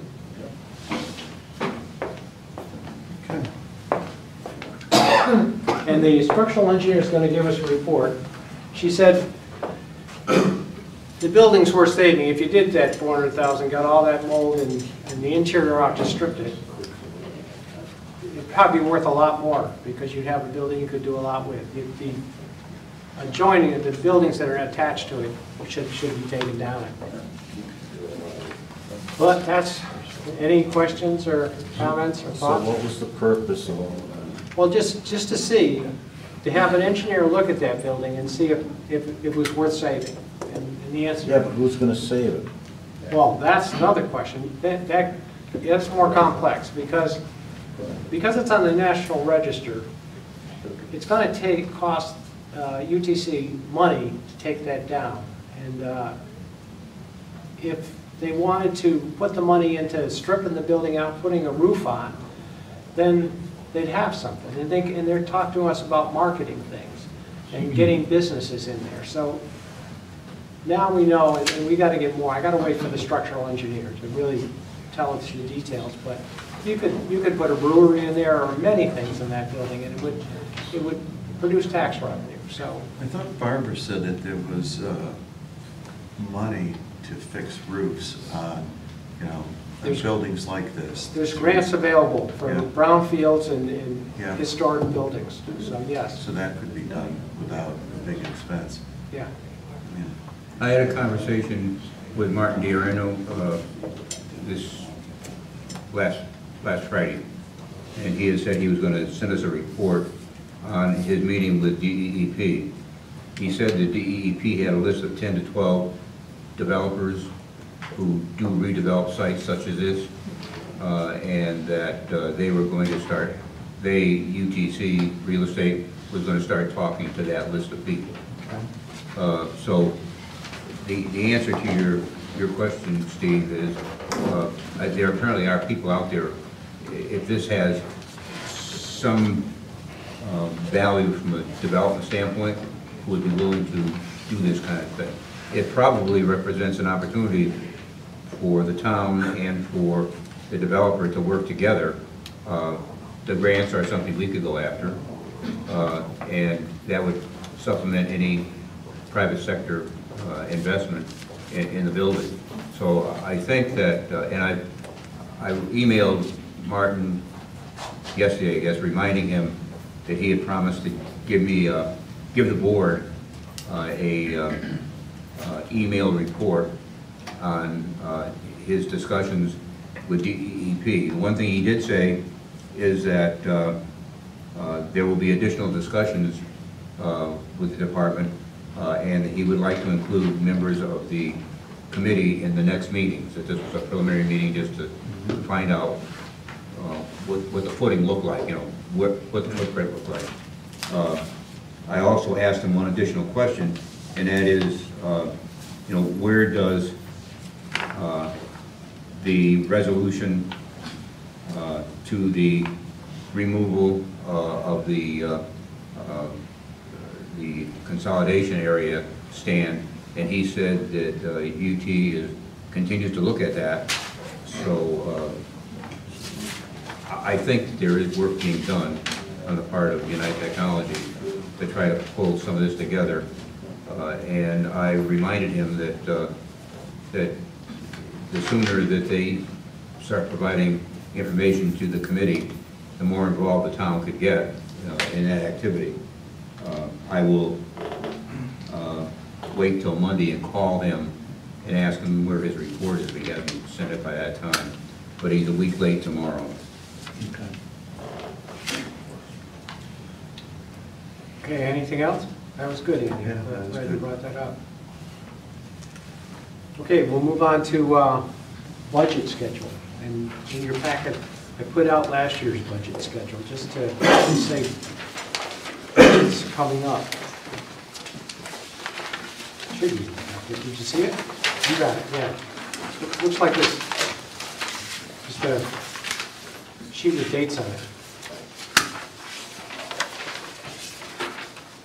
So this is modeled after last year's, just with this year's Well, dates? no, the reason I brought it up was... No, it's last year's dates. Yeah, this is last year's schedule, and so I think what I'm going to do is talk to Geraldine, right back there, maybe is the 14th the meeting?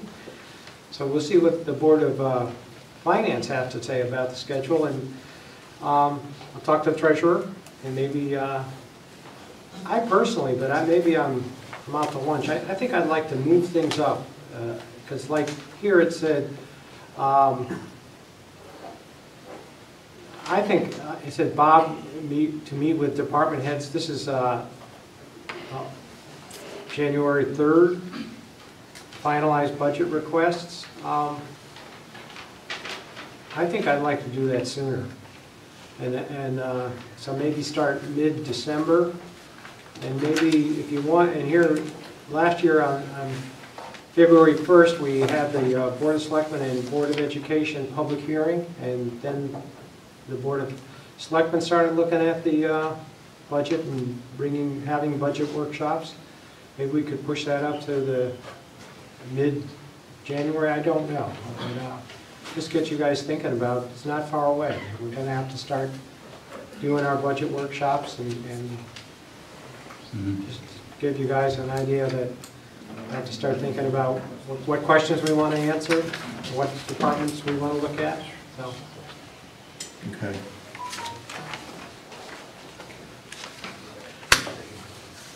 Okay.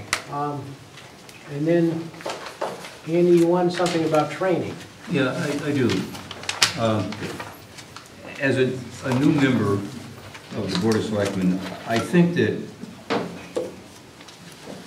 the town should have had some kind of a training session for new members. In addition to that, I think that training should be offered to current members of boards, the Board of Education, the Board of Selectmen, the Board of Finance.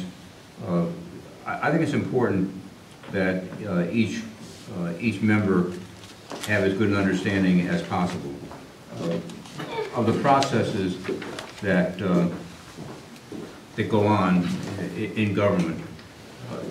You know, as a new person, you know, I read the charter a bunch of times. I purchased a copy of Robert's Rules and have looked at that for specific kind of stuff. I have, you know, I've got a copy of the Freedom of Information documents, have solicited information from our town attorney, but that's all kind of piecemeal.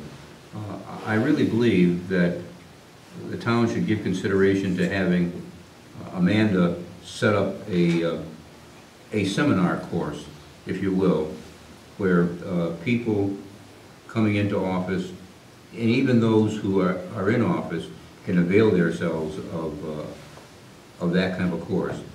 The not only would it be good to get instructions, but it would be worthwhile because the people who are participating in it could interchange ideas, which is a good thing also. Not that it's any model of excellence, but when I joined Hamilton Standard in 1953, believe it or not, we had a 6-month orientation program, which is something that companies can't afford these days. But as recently as when I left the company, we brought a new engineering person or a new whatever, manufacturing control person or whatever.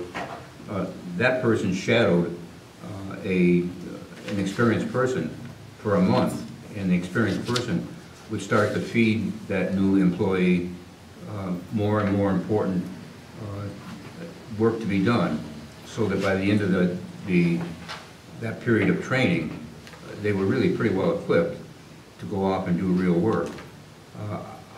I made a lot of mistakes, you know, in this process out of ignorance. That shouldn't be. I should have been given a chance to learn the right ways in some orderly manner. And I really looking forward to future generations of people who are going to serve on boards, commissions, and committees in town. I think the town should have a training program that is something that is orderly and provides information to new people. I think that's a great idea, and I'm glad you brought it forward. And I think you also, when you said Amanda, that was a key. I think, and Amanda's the one that gave me this thing she put in about CCM. Yeah, they have training. I've seen that. And I think between the CCM and Amanda reaching out to other people who can give us training, we should and could put something together. So I think that's a great idea. It would have helped me. Yeah, no, and it would have helped me. In fact, but when I did go, it helped. I know with CCM, I went, when I first got involved in the Board of Finance, they had a very good person in financial bookkeeping and affairs of municipalities. I went and listened to him, and I felt much more comfortable with the finances of the town. Yeah. So you're right, and well, let's work on that. When I was on the Economic Development Commission, I attended some CCM seminars, discussions that had to do with economic development. And I found them useful, but they were not educational. You know, I learned some things, but they didn't specifically prepare me any better for doing my job on the Economic Development Commission. So I'm looking for something that is more focused and is more attuned to the needs of our town, the town of East Windsor, Connecticut. Well, do you think, you know, you could come up with 3 or 4 of like what they have here?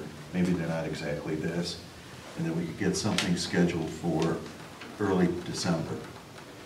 I'd like to put together an outline of what of what I think would have helped me. Yeah. And it may be good, it may just be worthless and throw it away in a waste basket. That's okay. But I'd like to tell Amanda, if she's going to be the one who's going to lead the parade, what I would have liked.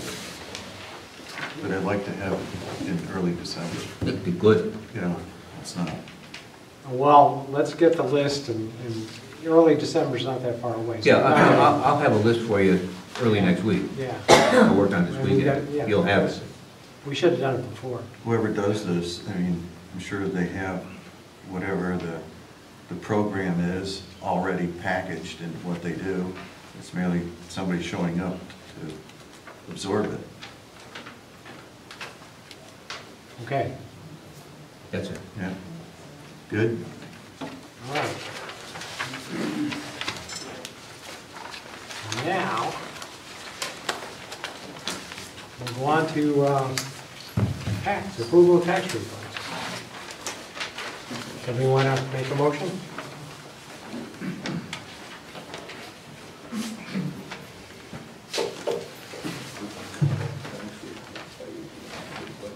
I'll make a motion to approve the tax refunds in the amount of $1,153.32. From the document dated 10/29/2018. And is there a second? Second. Discussion? Those in favor? Aye. Okay. All right, selectmen's reports. Andy? Nothing. Okay. They have not met since.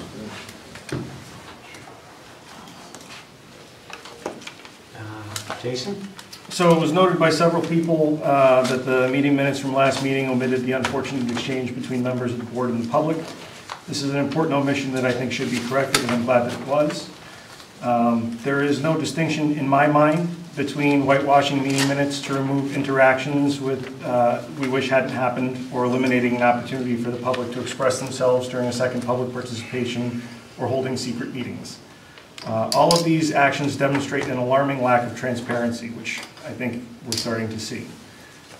We need to be giving people confidence that decisions being made on their behalf are happening in the light of day, and I think that we need to do a better job making sure that we provide that confidence. The public has a right to know when we're meeting, where we are meeting, and what we're meeting about. The public has a right to hold elected and appointed officials accountable and to question them. The public has a right to be treated with dignity and respect. I think that this board, if this board wishes that certain instances not have happened, at the very least we can offer an apology to those people who were subjected to it. If this board chooses to hold meetings, they should at least be publicly noticed and recorded. In all cases, this board and any board should show respect for the public that they represent. This current board has not done a good job of being open and transparent and should be held accountable for that. This is how our system is supposed to work. That is how our system is supposed to work. As I look ahead, Tuesday is election day. Polls are open from 6 a.m. to 8 p.m. It's important that people research their candidates, know who best represents their values, and go vote. On Saturday, November 10th, the Veterans Day Road Race will be held starting at 10 a.m. at Town Hall. Please come and support the runners, or consider running yourself and supporting our veterans. That's all I have. Okay, Todd? I have nothing. Okay, Steve? Still under comments. What's that? All I'm going to do is say we've got an election coming up. Get your asses out there and vote. This is an important election. The state's in big trouble. Remember who caused it. Try to figure out who's going to fix it. And cast your votes. If you don't vote, don't piss and moan about the results if you don't like them. That's my comment. Okay. And what I want to say is that on November 12th, which is Veterans Day, we're going to put up a new website. It might not be available on the 12th because we have to make the transition. So on the 13th, when you log into our website, you'll see a different website. So that's all I would say. Also, I'll say that allows us now to develop a sub-website that we're going to put on, which is an economic development website. That will probably be available in 6 weeks to a month after we go up on November 12th with the new website. It's kind of fun. The new website gives you a lot more power. It has it can operate in any platform. It great search capabilities. Unlike this is the underlying code in our website is 20 years old, so now it's modern, and it really allows us to do a lot of things. So we'll have a much more dynamic website on November 13th. That's all I got. So I don't have anything in the executive session that we need. Move to adjourn. Okay. Get your ass on the chair. Well, we got to prove our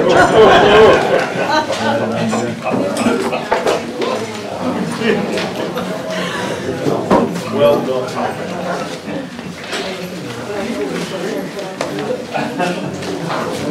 I think that survey is not a great survey.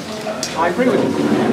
Before you send it out, work. I'm not in charge of the survey. Yeah, but it's a start. It's not. It's a start. It's That's all not it is. even It's a that. start. There's no contract for it.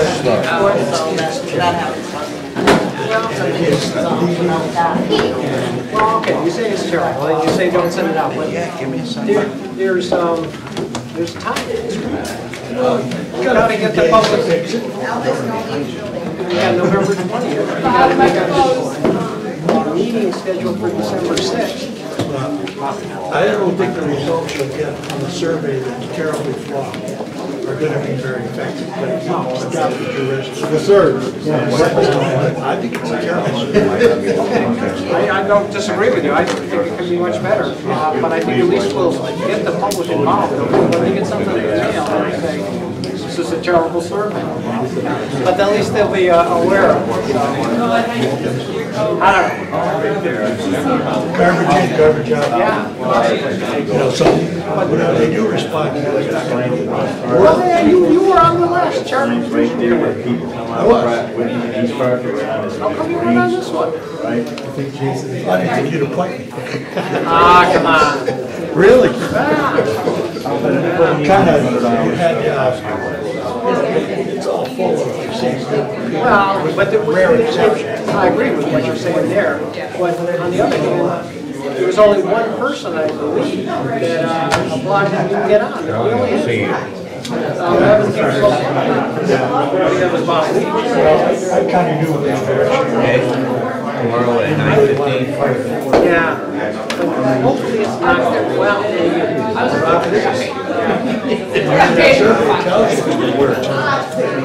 Those questions are all directed in the same direction. Well, we need to know, sir.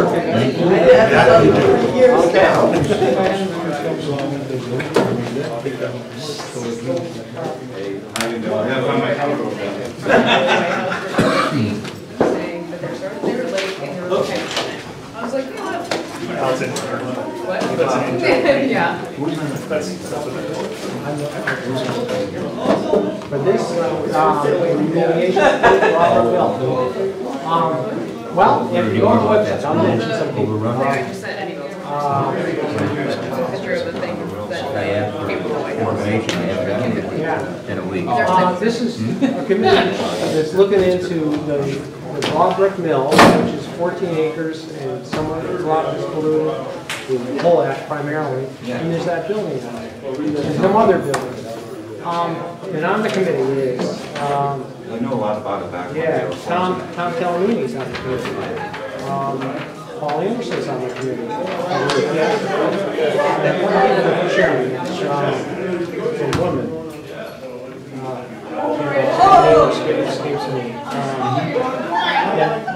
Pete Yagaloff is on there. I think he is. Yes, I'd say he is. So I don't know, look on the website.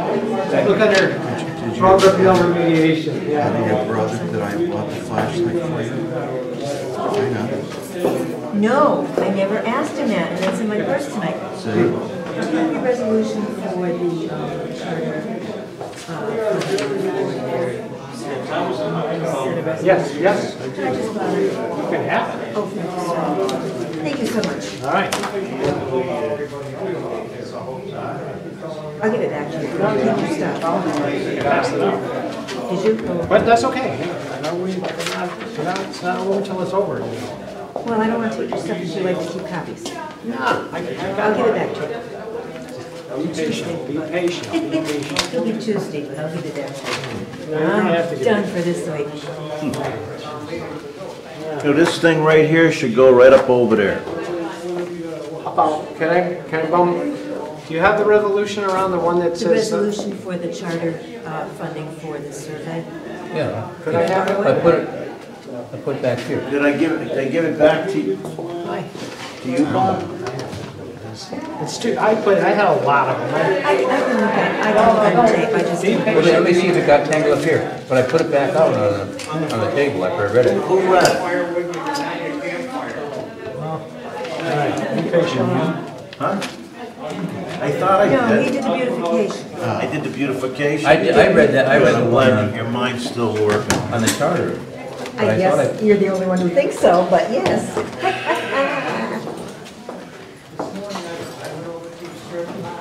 Is that thing turned off? Good, it's turned off, so nobody can, No, no. it's not turned on? Turn it off.